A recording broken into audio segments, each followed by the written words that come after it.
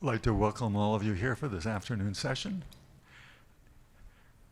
Looking forward to a very exciting talk here on integer programming games. It has a multitude of authors spanning different continents and different perspectives to approach this kind of melding of integer programming together with games. I'd like to mention Andrea Lodi, who's quite distinguished. He has appointments both, as you can see, at Cornell Tech and also at the Technion. He has many publications in mixed integer programming and also data science. And most recently, he's been recognized as one of the latest Informs Fellows. Adding to that perspective, we have Gabriele Dragado, who's at Princeton doing a postdoc there. And I think we're in for a really exciting talk.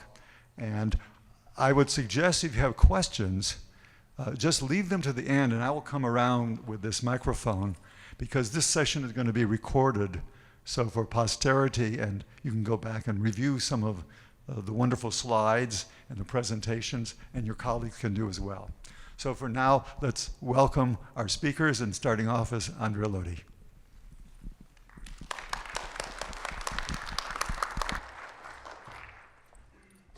Thank you very much, Doug, for the introduction, very kind. And thanks to everyone to actually make it to this room, which is very hidden. It took me 10 minutes. Fortunately, I was on time, because otherwise I would be late to my own talk. So it's a pleasure to be here to present this work that has been spanning a few years.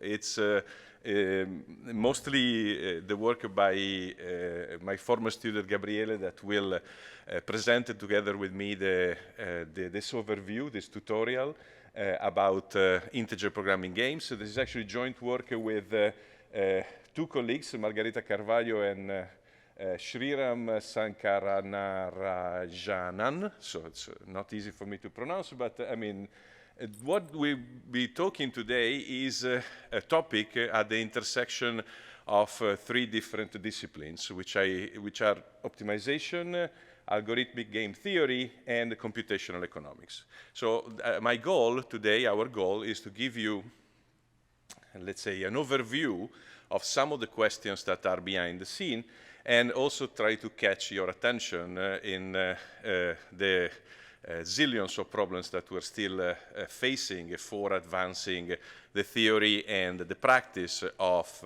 this topic, which again, we like to see it as an intersection of these three communities. So this is, I was saying, a joint work with Margarita and Gabriele and Sriram. The common flag here is the Canadian flag, because this was something that we developed mostly when we all were in Canada. Now we, at least three of us are not in Canada anymore, and only Margarita left, stayed, actually. It's only Margarita left in Canada. But without further delays, so what I will try to give you as a beginning is some motivation, and actually telling you what are integer programming games and where we can think of using integer programming games. So my first example that comes from, again, the algorithmic game theory community is the one of congestion games. So congestion games are essentially, you can think about the subway network of New York. And what happens is that we can think about n players simultaneously optimizing a shortest path and on this network. And of course, maybe not on the subway, because that would be difficult to make the MTA decide changing their schedule for us. But the idea behind the scene that I wanted to present here with this notation is that we have individuals, so players, and every player is I, for me represented here. So there are some constraints that are associated with the calligraphic XI here. So the type of strategy that the player is going to play depend on some constraints which are associated with the player themselves, and is gaining or is trying to minimize some setup cost, for example, or shortest path. And this shortest path depends on the player itself, so the strategy that the player will play, and this is the notation that we're going to use for the rest of the talk, is actually depending on x to the minus I, which means every other player. Okay? So the minus I means these are the strategies which are used by any other player that is not player I. So essentially, these are the choices. X of I will be the choices of player I, and x to the minus I are the choices of any other player. And I will be more specific going on in the talk, but what you can imagine here is that there is a distinction. So we assume that the objective function of the player depends on both what the player does and what the other players are doing, but instead the constraints are only depending on the player themselves, okay? Individually. And the question, of course, is how do you algorithmically compute a stable outcome of this game, congestion game, making sure that where, again, during the talk I will be much more precise on what I mean with stable, but intuitively here we have a concept of stability, which is the fact that any individual or any player in our game doesn't have an incentive to deviate from the solution that the player is actually decide, the strategy, the choices that it decides to play. So this algorithmic game theory has been, I mean, really like a lot of activity on congestion games. This is pioneered by the works of Eva Tardos and Tim Ravgarden and many others. And this is one initial starting point that we would like to give you in the talk. And I will come back to this to connecting with specifically to integer programming games and giving it additional motivation.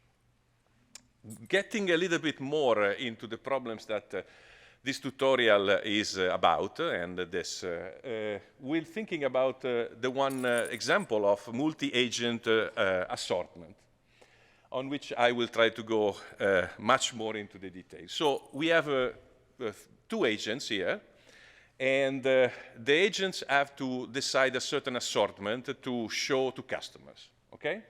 So you can imagine in a very stylized way that the blue agent here, number one, is actually trying to maximize a certain objective function over a single knapsack constraint, okay? So the agent has to decide if showing a particular product, x1 of 1 means showing product 1 to the customers, and if in the case if the variable is equal to 1 or 0 otherwise. So now, what we have here is that, for example, just to do a pictorial representation here, we have the product number 1 is red apples, and product number 2 is cheese. So now, however, there is also a second agent that has to build an assortment as well. And there is another knapsack problem that actually has to be solved. And the knapsack problem, for example, is, for the first is red apples and cheese. And for the red agent, the assortment is to decide about green apples and actually chocolate bars. So again, the idea is I can afford to show certain products over a knapsack constraint, so I have a budget, and I want to optimize maximizing my objective function. Of course, this is, in the way in which it's presented now, is a completely, two completely different optimization problems, unless, as we pointed out before, the profit, so the objective function of the two agents, actually interact. And you can think about this interaction, again, as there is a term in the objective function, in both cases, that depends on the interaction between the products. You can call it in assortment substitutability effect, substitution effect, and in many other forms, but technically speaking here, these two terms are saying that there would be a reduction in the objective function, in the profit, if, for example, both red apples and green apples are selected in the two assortments, okay? Again, point out, so the two assortments are independent of the choices, the constraints on the assortments are independent of the choices that the single agents are making, but the objective function they gain actually depends on these two assortments, okay? So it depends on the other player being able to pay.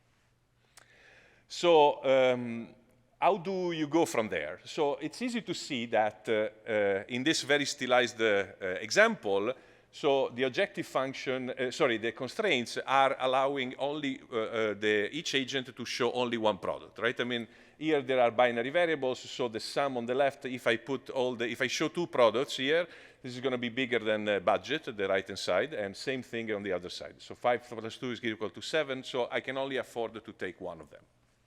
But the question is, which one? So we have 3 feasible strategies for each one of the agent. So 0, 0 is one strategy, 0, 0, 1, and 1, 0 are the other 2 strategies. And of course, I mean, in this case, it's easy to enumerate all possible solutions and see what is going on, right?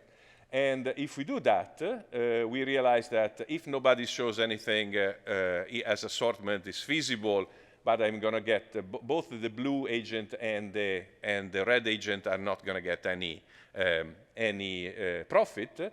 And then you can enumerate all the alternatives and seeing which are the solutions. For example, there are solutions in which if the red apples and the green apples are shown at the same time, not only the profit is actually, the profit becomes negative. So, I mean, there is actually, it hurts the two players.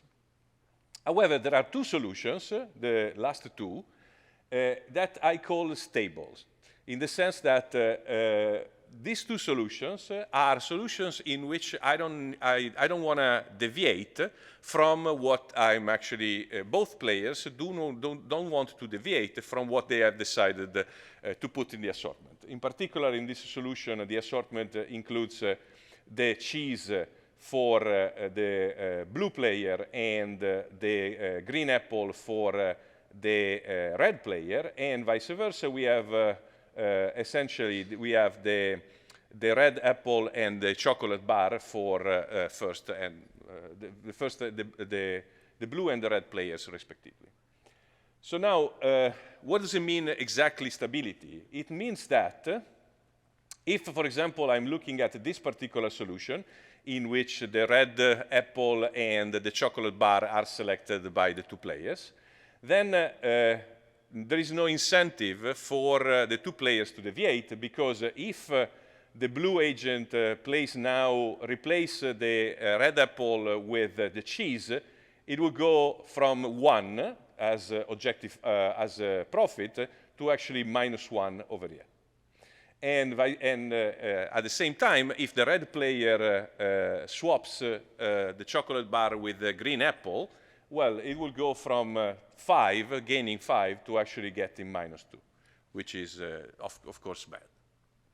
So this is the concept of stability we're going to play with, and not very surprisingly, this has been shown in the literature by Nash to be the concept that we wanted to apply, and in many contexts, and we will see how it plays a role in our problem. But for the first time, integer programming comes into the play, right? I mean, in the congestion games perspective, shortest path you can think is a linear program. You can solve it as a linear program. Here, for the first time, we have actually binary variables, and like intuitively, and we will be more precise later, intuitively here the situation is that we want to solve, every player has to satisfy constraints by solving an integer program. So there are discrete decisions to be made. So Of course, we can get ambitious and modeling problems which are way more complicated than this. And for example, that one of our starting points in the entire thing has been really motivated by looking at energy markets.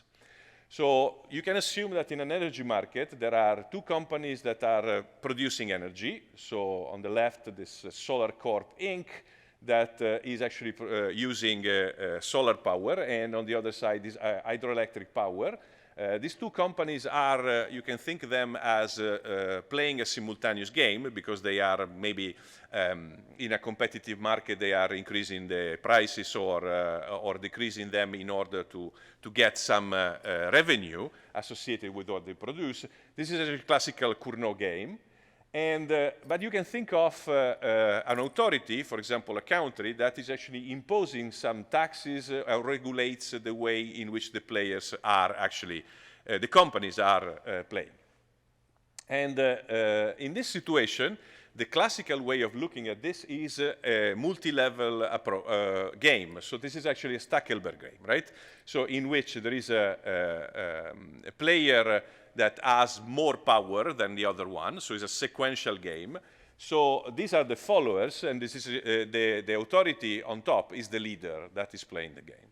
But as soon as you can think about extending this into a situation in which there are the interaction between multiple countries, which is actually technically what happens. So for this paper that we wrote a few years ago and has been published, is actually on the way for being published in management science, we have a situation in which we have data for Chile and Argentina interaction over energy.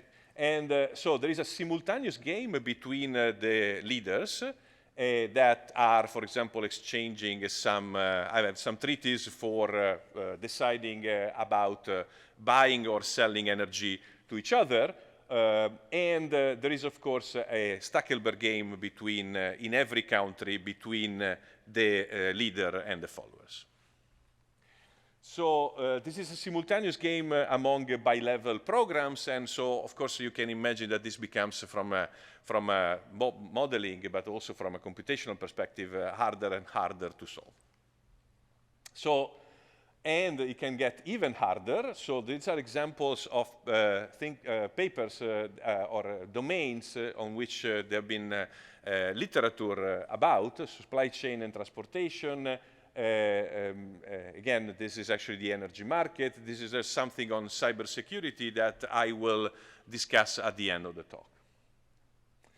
So, taking a step back after giving a motivation, what we want to think about is, in general, what is going on here. So, first, the assumption here, or let's say our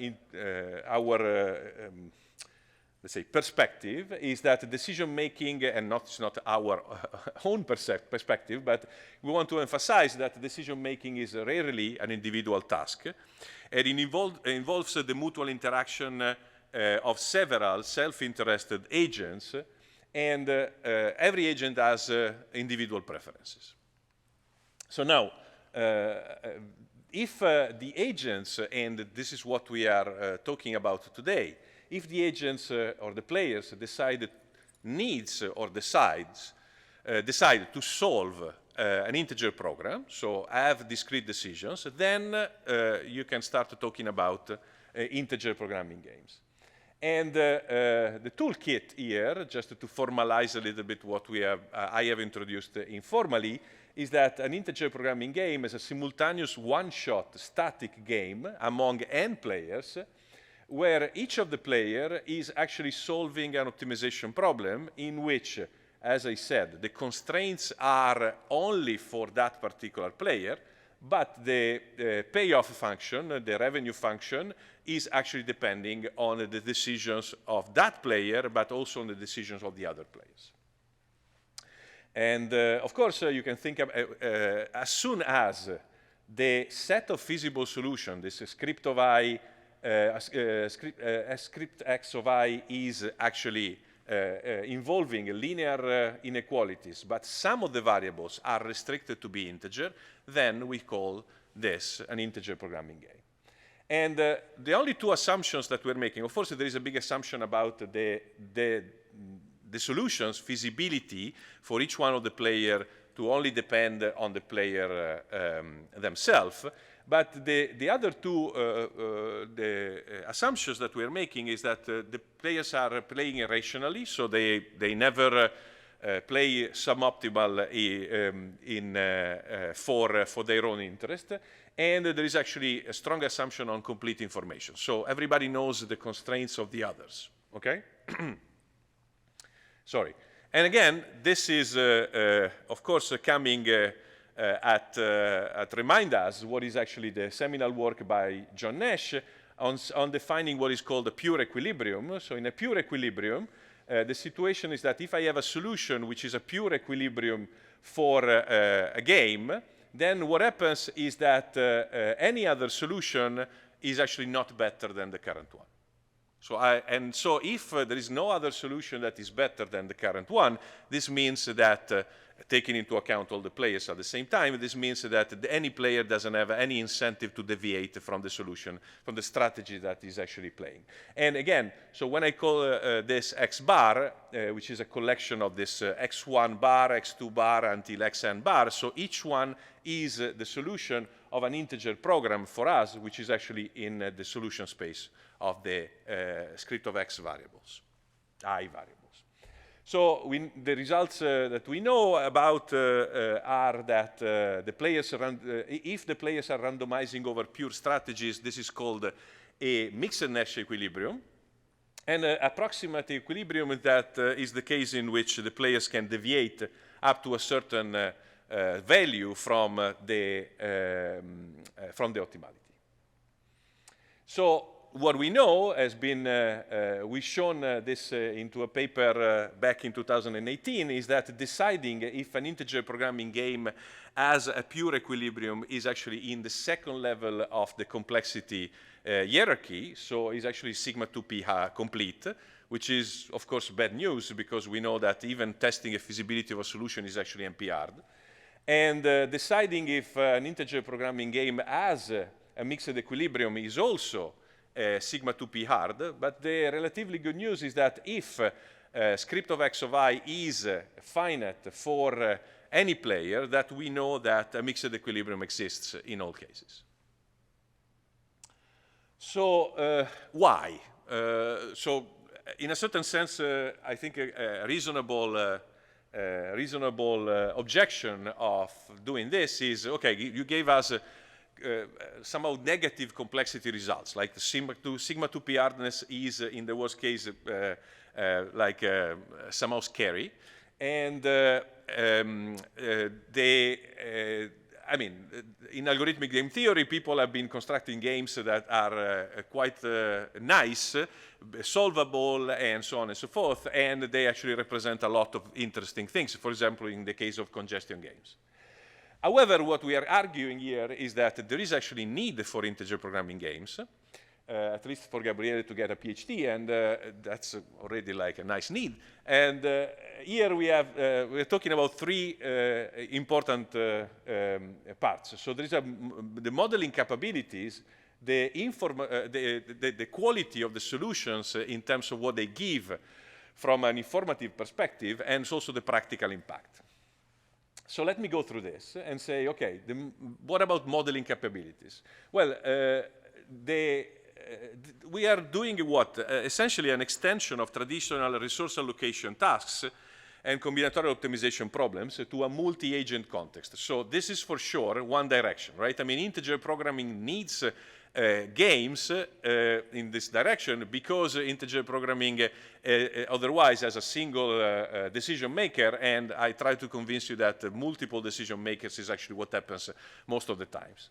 At the same time, in order to represent real phenomena, you need integer decisions, so discrete decisions, indivisible quantities, fixed charge cost, logical implications. These are actually the tools that, the needs that integer programming tools are taken into account.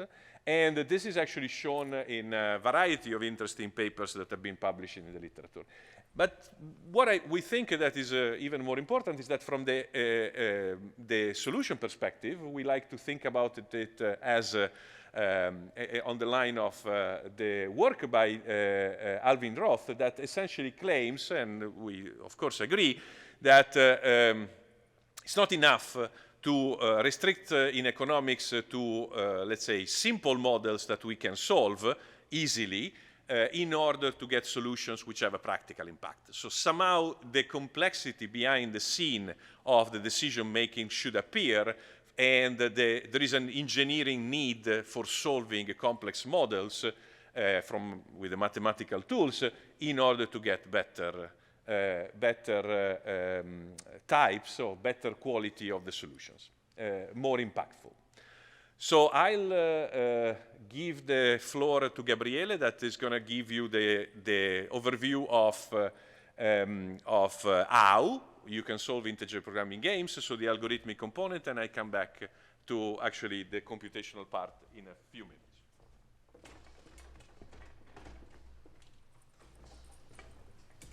Okay, thanks, Andrea.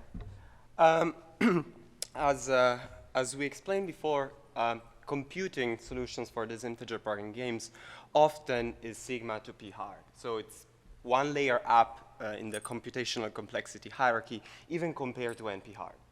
And you know, the bad news that comes out of this is that the non-convexity of the mixed integer constraints is actually the one that is playing the biggest role in the difficulty of finding an equilibrium. And you know, historically, convexity played a very central role in the computation of equilibria. The original results of Nash often assume complexity to, you know, establish that the Nash equilibrium exists. However, what we noticed in the literature, which is, by the way, relatively recent, is that often authors that develop algorithms to compute these equilibria assume some kind of specific structure on the feasible set, so on this X calligraphic I, and on the objective functions of the optimization problems the players solve. So in this tutorial, we try to review at least 6 of the existing papers on computing Nash equilibria for integer programming games. And of course, there's a wide variety of methods that are used. But in general, what we noticed is that, again, authors tend to assume that, for instance, the payoff or the constraints have specific structures. For instance, there are at least 3 works that assume that the payoffs are separable, so they are separable polynomials. And a few works, for instance, consider bounded mixed integer linear feasible sets or bounded pure integer sets. So in this case, for instance, we don't have linearity. So although they might seem to be very different, all these approaches share, at least in our view, a 3-phase process, what we call a approximate, play, improve process. And the high-level idea of all the algorithms is something that works like this. So first of all the algorithms tend to approximate these non-convex feasible regions with some kind of surrogate approximation. I will be more specific later on about this, but these approximations do not share the same, let's say, property that approximation have in optimization problems. So for instance, they do not give bounds on or certificates on the existence of Nash equilibria. So they're a bit more complex object than optimization approximations. So once we, let's say, approximate each player feasible regions with a surrogate, which we'll call x tilde of I, we can simulate a play phase. And this play phase corresponds to basically computing a solution to a, let's say, a relaxed or approximated game where each player now plays on this feasible region. The output of this play phase is a point, let's call it x bar, which is our tentative equilibrium. So a guess on the equilibrium of the game. Now, the most fundamental question is this x bar actually an equilibrium for the original game? And to determine this, most of the algorithms implement a version of this let's call it improvement oracle. And the task of the improvement oracle is saying, basically certifying whether X bar is an equilibrium or not. So if is an equilibrium, well, we are done. The algorithm terminates, and X bar is the equilibrium we were looking for. In the other case, this improvement oracle should refine at least one of the approximations. For instance, if you think of integer programming, you could maybe think of, I don't know, cutting planes or branching routines that will do this kind of job. Okay, let's be a bit more specific of this, let's say, abstract archetype algorithm. So the input is our original game, which we'll call G, that is described by the payoff of the players and the feasible region of the players. Then there will be an iteration of these three phases. The first one, the approximation, we will approximate each player feasible region with another one. In the play phase, we will compute a guess, a tentative Nash equilibrium, by solving an optimization problem. And then the improvement oracle, as I mentioned, will try to determine that either X bar is a Nash equilibrium, or in the other case, it is not, and it will refine the approximation. So let me be a bit more specific about the three phases. So first, the approximate phase. So the idea is to pick an approximation for each player feasible region that exhibits some desirable properties. And maybe the most natural desirable property is convexity. For instance, if we have linear constraints and integer requirements, you can think of this as the linear relaxation of your original integer feasible region. And why you do this? Basically to have a surrogate game, an approximated game G tilde, that is relatively easier to solve compared to the original integer programming game. There is a catch here.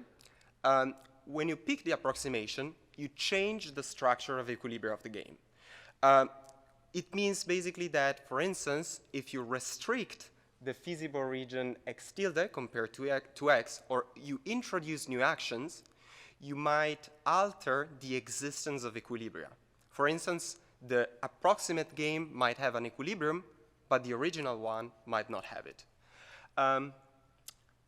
In general, we distinguish between two types of approximations, like in standard optimization, the outer approximations and the inner approximation, where basically the original set of action is either contain or contains the approximation. The second phase is the play phase, where we try to compute this tentative equilibrium for the approximate game G tilde.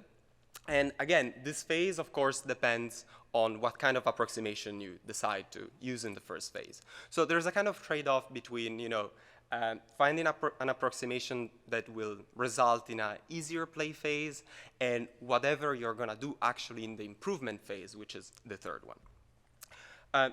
One example, if you pick X tilde of I to be convex and F of I, so the payoff to be concave, you can determine an equilibrium for your approximate game by solving a complementarity problem. It's linear if this is actually a linear set, only linear inequalities, and it will be non-linear otherwise. The third and the most important phase, it's actually a very complex object that we try to somehow simplify in this tutorial, is the improvement phase. And in the improvement phase, we have basically to decide whether X bar is an Nash equilibrium or not.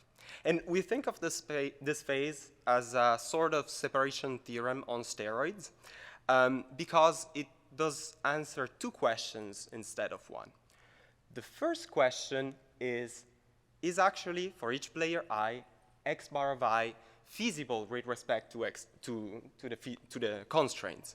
So in a sense, is actually the point contained, for instance, in the convex hull of the integer solution, or is it actually an integer solution? And this is what standard separation oracles could do. The second question is a question of stability. Is actually X bar a feasible Nash equilibrium? So do we have this property of stability in the solution we found? If the answer is negative, so if this improvement phase tells us no, we should have some kind of certificate or information that enables us to improve the approximation that we found in the first phase. So we schematically represent this process with two steps. The first step is called stability step, which boils down to checking whether X bar is an Nash equilibrium. There's a very simple way to check if each player is playing an optimal strategy. And it is the following. Let's assume that your solution is X bar.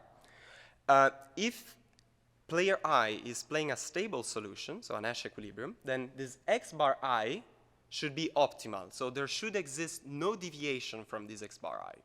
And the best way to determine this is to solve an optimization problem where we fix the decision of all the other players but the player I, and we compute the solution X tilde of I of this optimization problem. If the payoff that this X tilde of I, keeping fixed all the other players, is, let's say, better than the one of X bar of I, then we have a certificate that, in fact, X bar cannot be a Nash equilibrium for the game. And otherwise, we will go to the membership step, which is the second step, where, to make it short, but of course here there's a lot of literature in optimization, and of course we didn't review it completely. The membership step boils down to checking where actually the point X bar of I belongs to the original feasible set of the player. For instance, if the solution is integer or not, in case we have only integer variables. Now, this is a slide I showed you before. I just want to give you a quick hint on how to customize this with respect to your favorite algorithm. For instance, we picked the branch and play, the cut and play, which is one of the algorithms we co-authored. And in this algorithm, we perform slight modification to this three-phase process. In particular, we assume that the payoffs are separable polynomials. We choose polyhedral approximations, so only linear constraints in the approximation. We compute the equilibrium via complementarity problem, and we implement an improvement oracle that only uses branching and cutting subroutines. Okay, so this is roughly the archetypical, say, optimization flow that all the algorithms follow. There are, although, 4 challenges that we identified in computing equilibria. And these 4 challenges are, first, the existence of equilibria. So the non-convexity of the integrality requirements actually makes it possible that an equilibrium might not exist, either mixed or pure. So if this equilibrium does not exist in our game G, how do we detect it? And this is actually a non-trivial question from an algorithmic standpoint. And in fact, most of the algorithms we review cannot determine with a proven certificate that an equilibrium does not exist. The second question is, how do we select the approximations? As I told you, determining the approximation might alter the structure of equilibria. So, for instance, the equilibria of the approximate game might be different from the one of the original game. So determining the process by which we choose the approximation plays a fundamental role, both from a computational and actually from a theoretical viewpoint. The third challenge is actually solving the play phase. Again, those are generally sigma to p hard games. How do you compute this tentative equilibrium will dramatically affect the efficiency of your overall algorithm. And last but not least, what happens if there are multiple equilibria? So for instance, in the knapsack example that we had at the beginning, there were 2 equilibria. What if you want to select one of them? For instance, you want to select the one that maximizes the payoff of the blue supermarket or the red supermarket. And this, again, is a non-trivial question. So in the tutorial, among all the other things, we also provide a taxonomy and an extended table where we basically prove which algorithm can do what. For instance, enumerating equilibria or optimizing over the set of equilibria. And of course, the algorithm all have different properties in this concern. this said, I'll leave the floor back to Andrea to show you an example of an integer programming game in cybersecurity.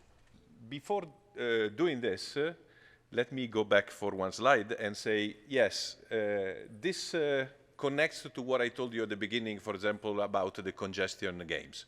So the generalization that we're giving here in terms of integer programming games also tells us that we have the tools, or we may want to develop the tools for deciding which equilibrium is actually better than another one, right? I mean, in the classical congestion games, we are looking to check for one equilibrium, the existence of an equilibrium, and characterizing the difference or the worst case scenario between this equilibrium and, for example, with concepts like the price of anarchy, with the centralized solutions, and this context of integer programming games giving us the tools potentially for also solving the problem and finding a way of specifying which equilibrium you want to look at.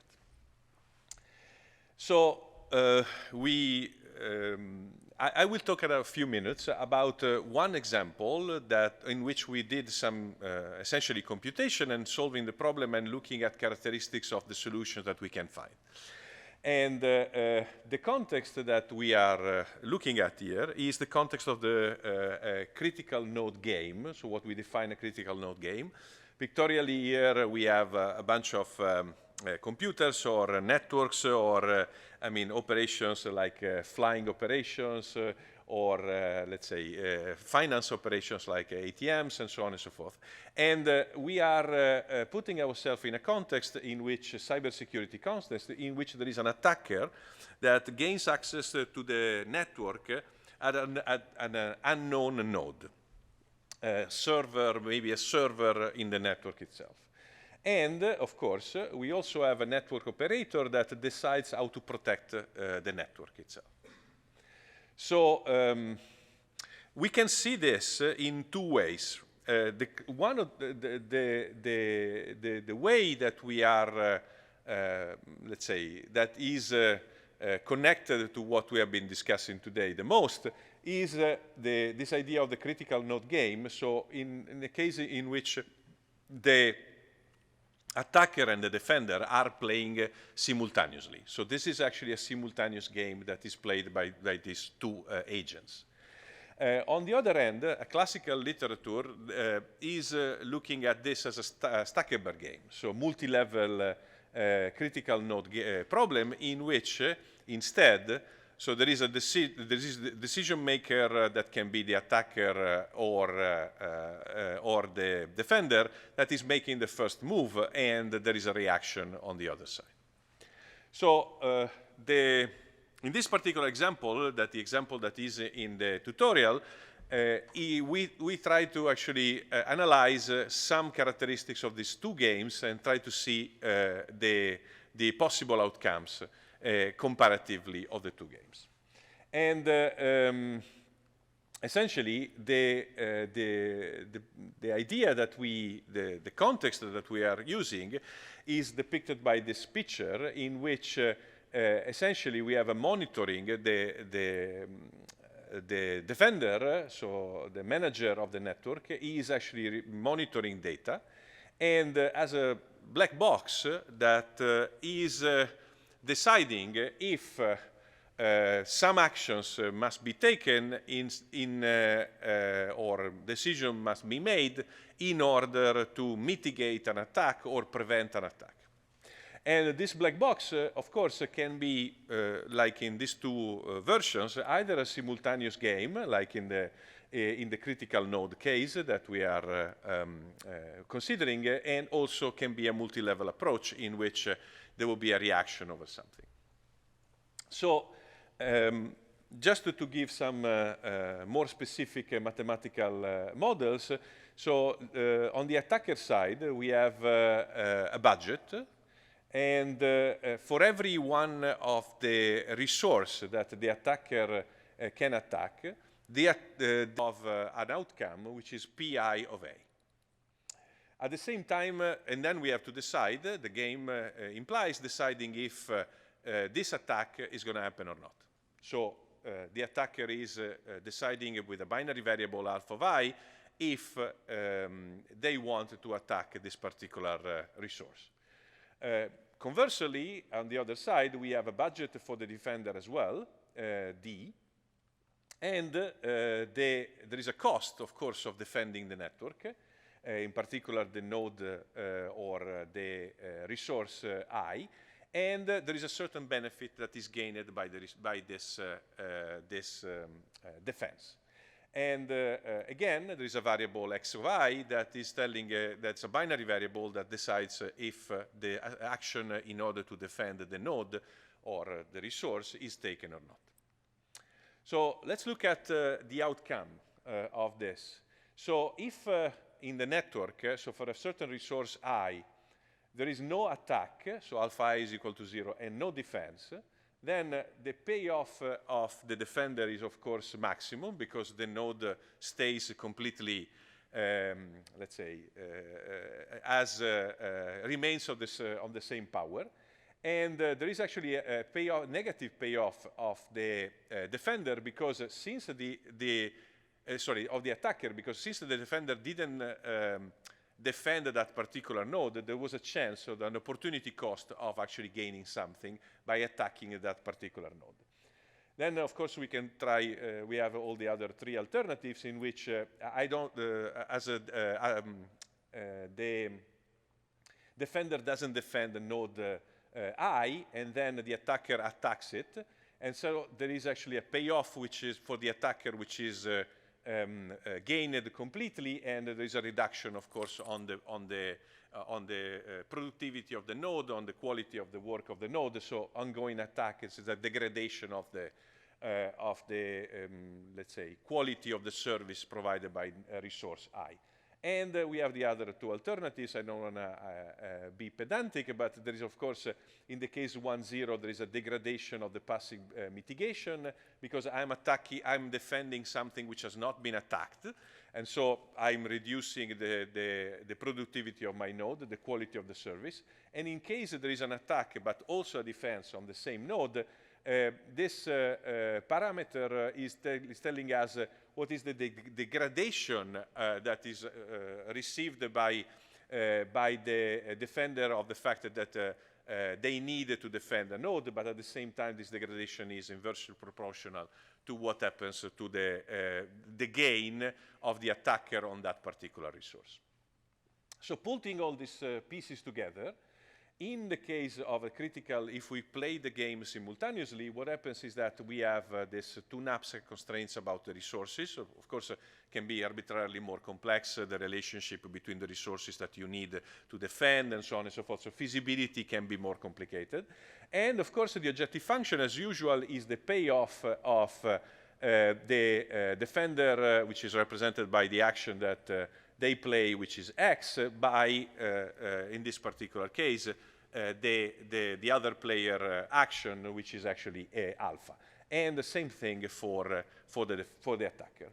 On the other hand, if we are looking this as a multi-level programming problem, so actually a bi-level programming problem, this is going to be the mathematical model of the problem that we are considering. So what we have here is that we take, for example, the defender as the leader in this particular case, so maximizing the same objective function as before with the same constraint, but now essentially what happens is that alpha or hat is going to be the optimal solution given the strategy played by the defender in this classical bi-level Stackelberg game type of approach. So now, what about, what do we care about in a game like this? Well, we care about two things. First, the time, because time is essential for, in a cybersecurity perspective, in order to actually mitigate attacks that are happening, let's say, in real time. So how much, so coming back to the black box that we had before, which was, by the way, a blue box, but a black box was before, the situation is that I'm monitoring my network and I need some fast computation in order to decide what are the actions that I want to take. And in addition, of course, we want to look at the effectiveness of the strategy that I can obtain, by doing this. So time and effectiveness. And actually, there are multiple ways of measuring this, but one way that we like to think about it is the so-called price, or what we call price of security. So given a solution x bar alpha bar, the price of security is given by the ratio between the best defender's objective for any outcome, which is the same for the two types of games that we can play.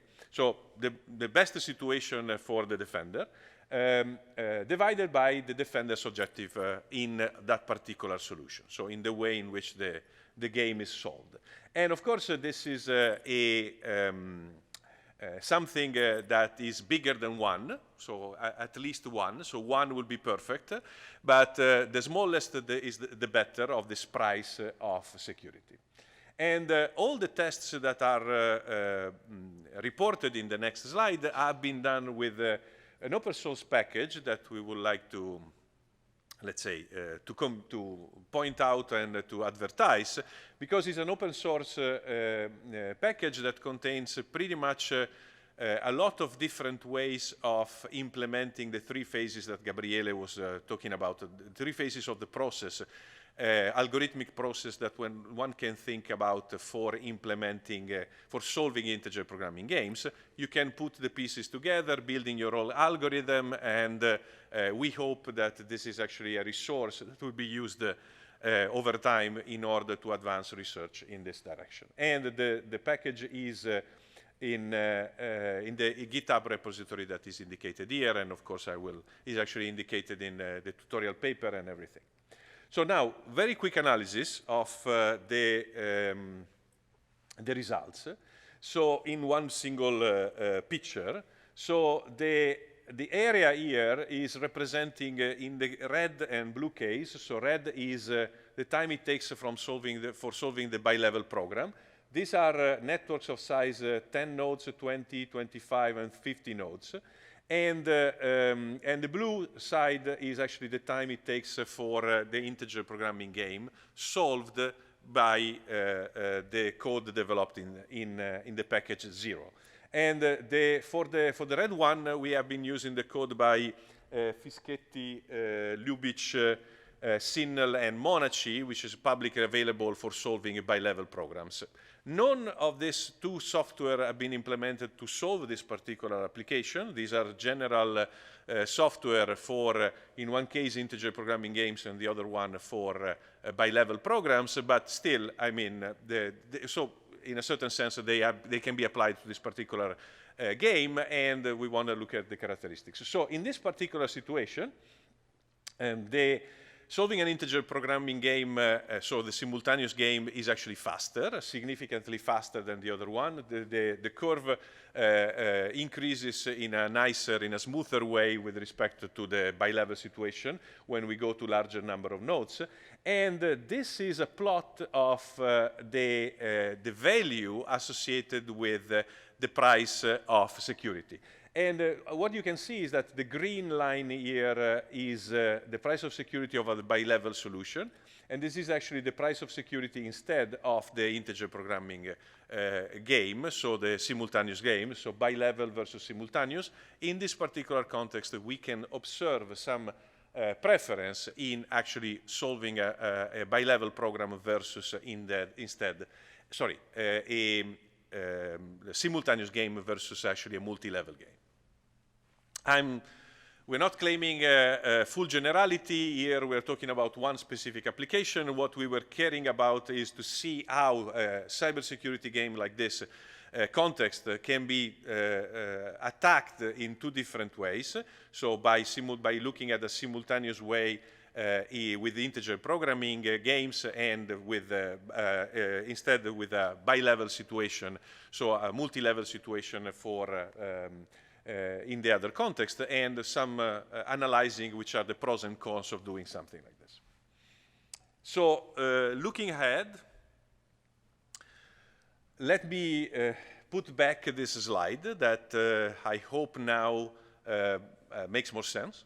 So of course we are using tools from optimization. This is our workhorse. and in particular integer optimization. We are, I mean, Gabriele has been relatively fast because otherwise we'll require really a lot of time in discussing single details about the implementation of the algorithms. But of course, he's using all the power that developed in the last 70 or more years for solving integer programs. And the one message about of this talk is that despite the computational complexity, we can solve problems, and you don't have to be scared. We don't have to be scared about solving difficult problems. Like integer programs are routinely solved now, and so we can get practical solutions of these problems. Of course, algorithmic game theory is the foundation of what we are doing, so the analysis of the games, and computational economics is the place in which somehow puts these things together in a form of giving solutions to real-world problems with an impact, with models which are actually more closer to reality. Again, summarizing this toolbox and also the statement about or the perspective of decision-making not being an individual task, and modeling capabilities in formative solutions, so the quality of the information that we are extracting from solutions of these games and their practical impact. There are, as we say before, really a big number of open questions, and Gabriele pointed out before that any one of the algorithms has been designed with some particular specific area in mind, and there is not yet a full analysis in generality of which the problem can do. So we tried to give a first push in this direction, to looking at this process into 3 phases and so on and so forth. But what we are observing is that there is, on the one side, there is a need for using this tool more and more, so using the tool for modeling problems that otherwise researchers and practitioners will look at from different perspectives, so like limiting themselves on how close they can go for modeling to reality.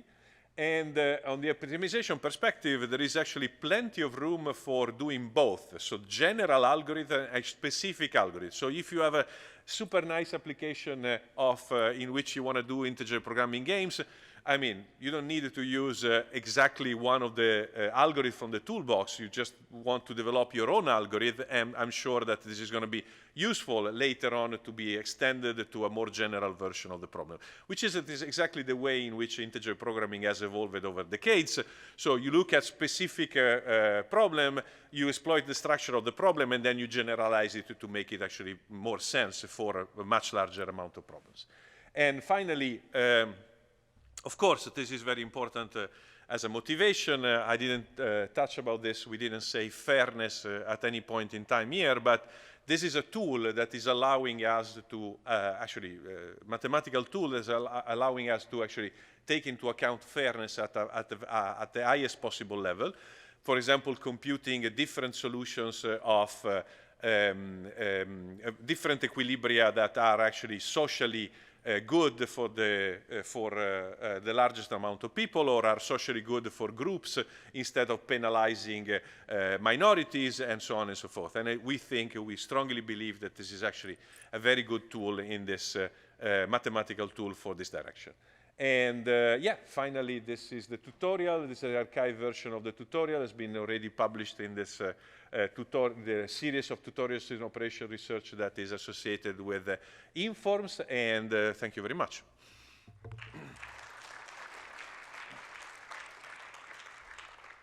Invite you now, if you have any questions, I can pass the mic on to you. Oh, thank you for the very nice tutorial. Just a quick question. Can you guys maybe discuss a little bit your motivation for developing the Zero package in C++ as opposed to, for example, Python or Julia? Gabriele. Yes. One of the motivations originally was that we started everything for this energy market, in this energy market context, and we needed actually to be quite efficient in computing equilibria, like to cut really the last bit of air in terms of efficiency. And this is why we started in C++. A posteriori, maybe we would have done it in Python or Julia, as the ecosystem is much more mature now, and we can use also all these integer programming objects in it. However, time and resources aren't playing nice in our favor to rewrite everything. But of course, if anyone is interested, it's a very good point. I mean, the possibility of using it more will go from potentially a reimplementation in that direction. And that could be also a wrapper in Python or Julia, because actually the code can be utilized in higher level languages. Awesome. Thank you so much. Thank you. Thank you for this pioneering work, and I also want to remark that I have the same intuition. So I try to download the package and I try to install that, but there are too many dependencies, and it's somewhat hard to use CMake, that function. So yeah, it was very hard for me to actually use that package. And this is another question. So can you explain more about that simultaneous one-shot algorithm? Because when we solve that problem, the decision spaces must be a Cartesian product of all players' feature set, but we have the utility function for each players are different from each other. So I can't like imagine, or I can't like draw a picture of getting that simultaneous solution in the algorithm. So when we solve general optimization problem, we only have one like optimization function, but we have like n numbers of utility functions now. Okay, so first of all, for the package, of course, like if you need help, like we can chat offline. But again, would be glad to write actually a wrapper for Python or Julia. I need help though, because I cannot be all over the place. But it's absolutely like nice suggestion. In terms of the simultaneous and Cartesian products, etc., I'll contextualize this with a quick example. So assume that each player has linear constraints now and integrality requirements, and the objective function of each player is linear in their variables, okay? So exactly as in the knapsack game. So you have the product of the player's variable with the other player's variable, but actually this is linear in the player's variable. This is linear in xi. So the way you compute, for instance, a tentative equilibrium is you throw away the integer constraints. Now you have that each player is solving a linear program that is linear in xi and in quadratic actually in x in general. And you take the KKT optimality condition with respect to all the players' optimization problems. Okay? Now, those KKT, you put them together and you solve the resulting system. This will give you the tentative equilibrium where each player plays over the relaxation. And this leads actually to a linear complementarity problem. Now, if the constraints are nonlinear, for instance, this becomes a general complementarity problem. But there are other algorithms where, for instance, you don't take optimality condition, you just put all the constraints together and you optimize over some kind of function, for instance, this price of security or something, and then you just try to separate the point that is not an equilibrium for the set. So there are several ways to do this. Yeah, thank you for that detailed explanation. And one just quick question. So you solved Steckenberg game, and that critical node game has 2 players, as far as I know. So have you tried like solving 10-player game or 20-player game which has larger players? In the paper